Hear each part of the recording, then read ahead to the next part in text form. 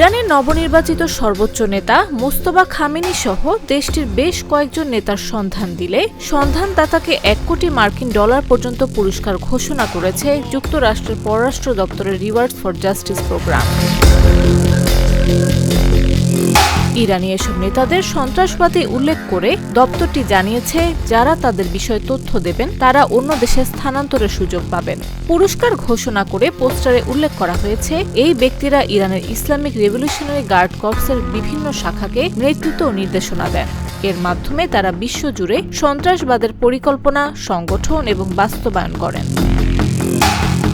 যুক্তরাষ্ট্র যাদের বিষয়ে তথ্য খুঁজছে সেই তালিকায় থাকা ইরানি কর্মকর্তারা হলেন গোয়েন্দা মন্ত্রী Ismail Khatib, deputy chief of staff Ali Asghar Hejazi, major general Yahya Rahim Safavi, brigadier general Eskandar Momeni এবং সুপ্রিম কাউন্সিলের সচিব আলী লারিজানি। অবশ্য আজ সকালে আলী লারিজানি তেহরানে আল কুদস দিবসের মিছিলে অংশ নেন এবং নিজের অংশগ্রহণের ছবি সামাজিক মাধ্যমে প্রকাশ করেন।